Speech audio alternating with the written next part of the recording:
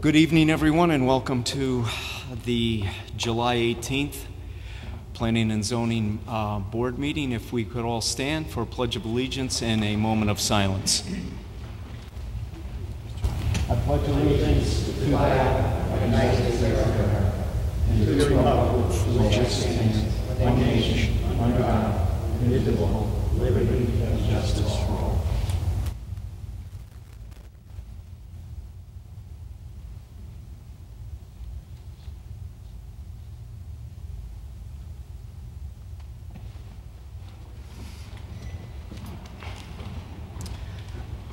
Again, good evening. If I could have roll call from my left, please. Mike Dolan. John Grant. Tom Nickel. Tom Panzella. Jim Quish.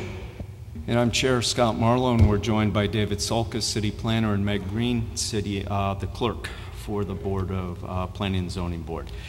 We have two items, public hearings on the agenda tonight.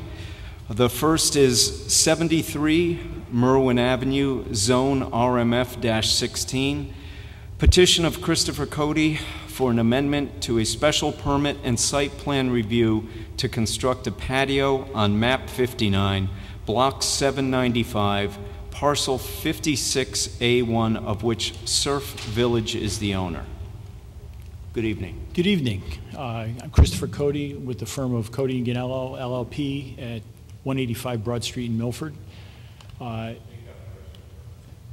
you. Got it. Thanks, Jim.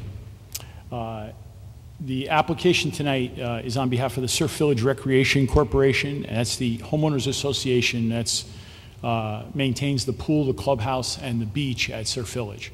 So Surf Village consists of 98 townhouses on the opposite side of the street and 15 condominiums on the water. A special permit for the clubhouse was approved in September 1987. The original special permit was April 1983. It included an irregularly shaped deck, which was 40 by 16 feet average depth, so that would be approximately 640 square feet. Instead of the deck, the original developer installed stone pavers set in an open graded base as a patio in lieu of the deck. As it was built, the patio was 123 square feet smaller than the permit allowed. So the 640 feet was approved. The patio was 123 square foot smaller than that. So Surf Village, after approximately 35 years now, has proposed a minor amendment to the special permit to extend the existing 517 square foot flagstone patio adjacent to the back of their clubhouse by 410 square feet, which is shown on your plans as proposed. And this would result in a total patio area of 927 square feet, and the natural flagstone material would be identical to the existing patio and set in an open graded base. So that consists net of an increase of 287 square foot over the original 1983 approval.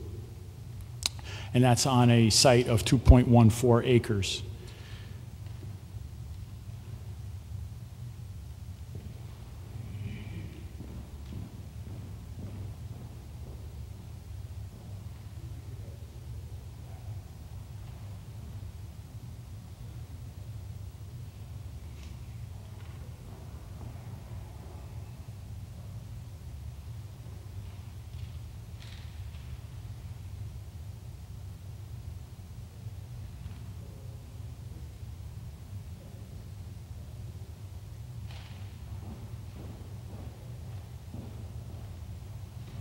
For the board's benefit, I've distributed as exhibit a copy of the original site plan, which shows the approved wood deck, and I've provided you with a couple of photographs, and I would mark the photographs as exhibit A and B, and the original site plan as exhibit C. If you look at the plan that's been submitted in connection with the application, if you look at the two photographs, in one photograph you would you see the corner of the existing patio in the lower right. So if you look at your site plan, you see where it says existing, If you're looking to the left from the E in existing, that corner there is the corner that's visible in the photo. So we're talking about the area between that corner and the sidewalk out there, that's just patch of grass. And in the other photograph, that's in the reverse angle, that's standing on the sidewalk, and in the lower left corner you can see the sidewalk, and it's looking back again to the corner, which on the site plan would be to the left of the word existing. I think that's it. I won't elaborate any further unless the board has questions. Thank you. Mr. Solkis. I have no comment. Mr. Cody's description said it all. Are there questions from the board for Mr. Cody? Okay, thank you. Okay. Anticipating your next question is if there's anyone who wishes to speak in favor. We have a couple of members of the Surf Village Recreation Corporation Board who are members and unit owners. And I have, for the record, a couple of emails of unit owners and 28 signatures on a petition expressing support for the completion and expansion of the existing patio.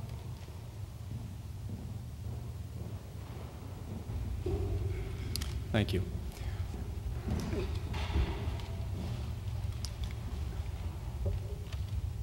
All right, this is a public hearing, and I would ask at this time if there is anyone that is in favor of this project, of this proposal, to please come forward, state your name and address, and if you would limit your comments to about 3 minutes.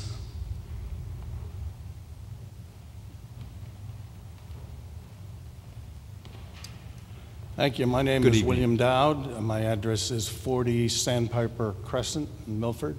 I'm a member of the Surf Village Beach Club, and I wholeheartedly support the addition and completion of the patio that exists and where we're looking to go forward. Thank you. Thank you. Is there anyone else that would like to speak in favor? Good evening. Joan Hoops. Joan Hoops, 18 Sandpiper Crescent. I'm also a member of the Surf Village Recreation Corp, and I support the new patio extension. Think it'll be a good benefit. Thank you. Is there anyone else that would like to speak in favor? Good evening. My name is Marilyn Kirshner. I live at 41 Merwin Avenue, and I approve the site map and also approve the fact that we're going to have enlarge the patio. Thank you. Thank you. Is there anyone else that would like to speak in favor? All right, seeing none, is there anyone that is opposed to this? Again, if you would approach the podium, state your name and address, and if you would limit your comments to about 3 minutes. Anyone opposed?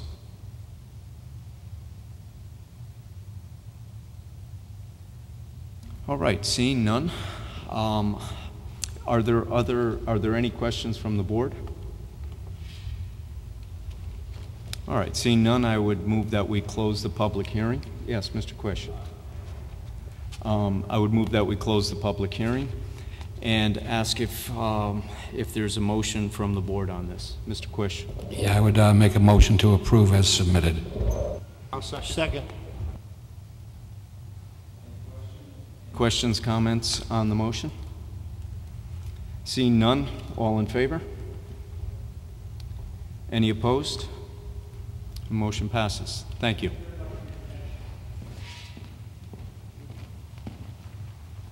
All right, next item on the agenda, public hearing. Item 2 is 150 Bittersweet Avenue, Zone R5, petition of Cheryl Ladke for special permit and coastal management site plan review approval to construct a single-family residence on map 13, block 133, parcel 4, of which Chris Saley is the owner. Good evening. My name is... Excuse me, I'm going to recuse myself. Mr. Quish. My name is Chris Saley. I live at 19 Marsh Street, and I'm proposing before the board a CAM review and a site plan review for a property at 150 Bittersweet. Little background, it was a two-family house at one time, consisting of a little, almost 1,600 square feet as a footprint. The proposed house is a little under that. It's 1,566 as a footprint, smaller footprint. And it will meet all FEMA standards, which the previous house didn't. It was substantially damaged after Storm Sandy, and subsequently taken down and removed. So if you have any questions, I'm more than happy to answer them. Mr. Solkis, do you have any comments? Just to let you know that Mr. Harris reviewed this, and I just need to find his report here. Here we go. Staff advised that the request satisfies the criteria of Section 5.12 of the zoning regulations and recommends approval in accordance with the submitted plans and comments by the city engineer. Thank you, Mr. Solkis. Are there questions from the board? Mr. Grant. I have a couple of questions. First one is the drive coming in off of the street, the right-of-way. Yes, sir. What is the materials used for pavement on that? I met with the city engineer. We're going to pay into the sidewalk fund. A property abutting it, the property that owns the right-of-way, we have a means of egress, but we don't own the property, that egress.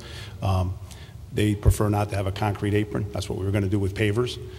So we're just going to leave it there and pay it to the sidewalk fund. And second question is the area when you come off of the drive area before you make the left-hand turn to go park underneath the structure, that area from the drive to the dwelling, what's that area made of? Presently it's gravel, but I'm going to put pavers in that area. And the third question I had is, or actually, third question is the patio on the water side. Mm-hmm. How large is that patio? There's nothing on the site plan that says how big it is. It's approximately, it'll be across the whole front of the property, so it's 45 feet or 44, I got to look at the site plan. I think it's 44 feet or 45 feet. It's 45.06 feet is across the patio, and it goes back approximately 20 feet. And then the last question I have is, what's the average grade on the site? I'm sorry, I didn't hear. The average grade. Our zoning regulations Yep. require that the height of the structure is measured from the average grade, and there's nothing on any of the drawings that says average grade. It looks like the elevation was taken from the slab underneath the house, so I was wondering what the average grade is going to be. The average grade, if you look at the plot plan, shows different elevations anywhere from 8.9, 8.8 to 8.8, so I would say the average grade is right around 8.8. And the slab will be 9, which is a few inches above that, so water won't pool on the slab. Thank you. Yep. Are there other questions from members of the board? None, thank you. This is a public hearing, and at this time, I would invite anyone that is in favor to please come forward, state your name and address, and if you would keep your comments to about 3 minutes. Anyone that is in favor? All right, seeing none, at this time, anyone who is opposed to this, I would ask again that you come forward, state your name and address, and again, if you would keep your comments to about 3 minutes. Anyone that is opposed?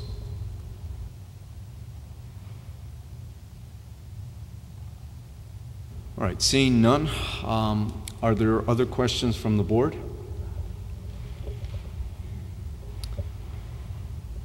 Seeing no questions, at this time I would say that we would close the public hearing, and I would entertain a motion from the board.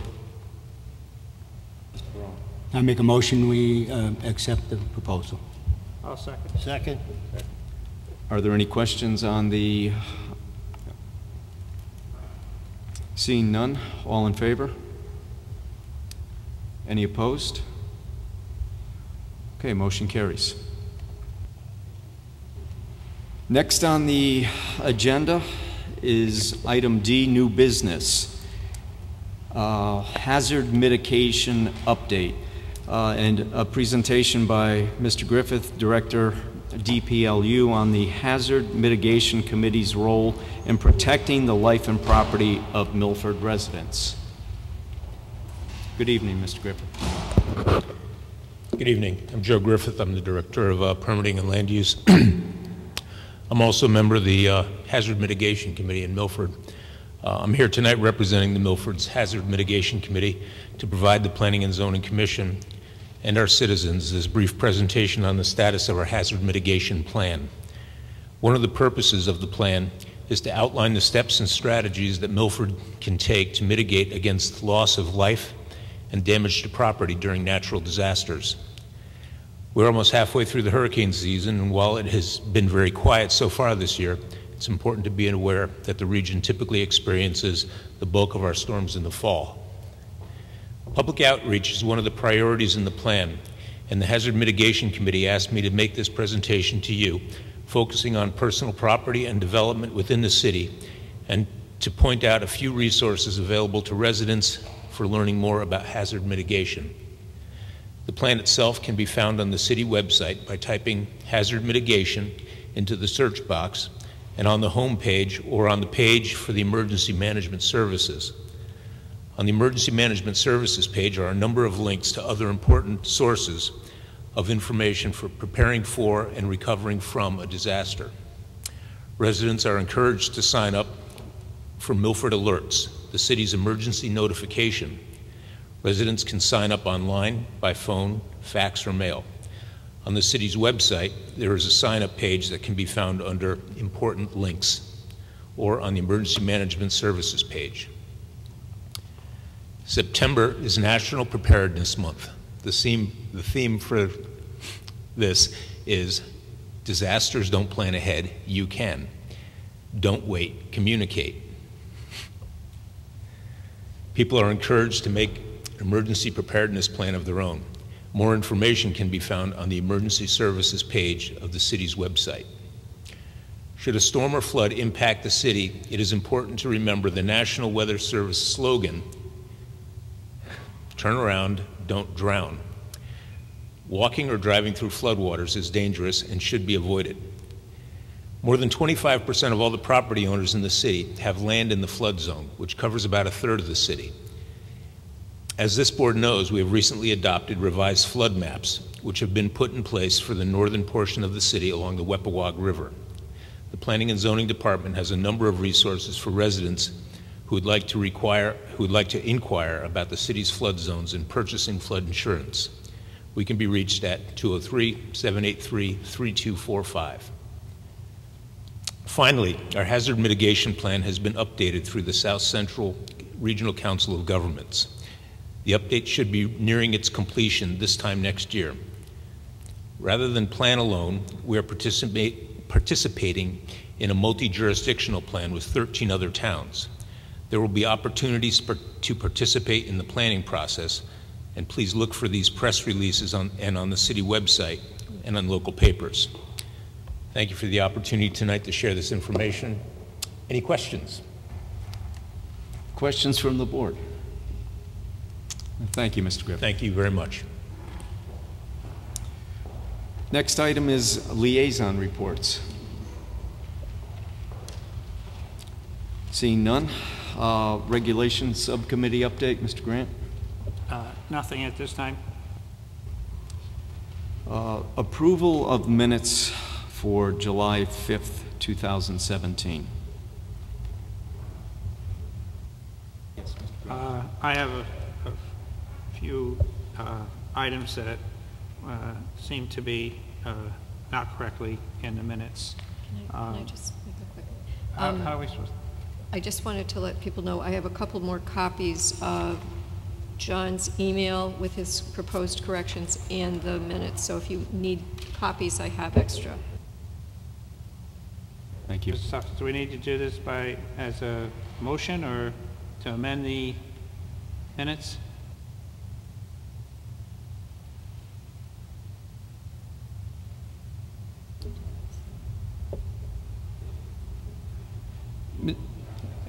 Yeah, Mr. Solkis, You're asking me a question. I was busy reading. I'm we sorry. need to, we need, when we Yes, you change need to make a motion Right. to make the change to the minutes. I'd like to make a motion to change the minutes as follows. On page 2, paragraph E3, the under the second board decision, discussions, it was stated that the 10%, and at the meeting, actually it should read 2%. As I stated, it takes 2% of our housing stock in order for us to get a moratorium, and I stated that we were only halfway there. So the 10% needs to be changed to 2%. On page 3, 5F, under motion, item 4 should read containing tall screening trees. It just read for thick vegetation, and I changed that to saying I propose that we use screening trees instead. So that would need to change from the thick vegetation to tall screening trees. Page 3, 5F, under motions, item 5, should be the same thing. Should be containing tall screening trees and thick vegetation. On page 3, 5F, motion, item 7, should read, change the architectural front elevation design of buildings A and C to not be the same as building B and D. And I also made the comment that a lot of the 830G buildings that are being built in town, they're using the same design. So basically, I'm looking for this particular project to have a different front architectural look than just a square box that we've been seeing around town. Those are the changes. Can I make a request?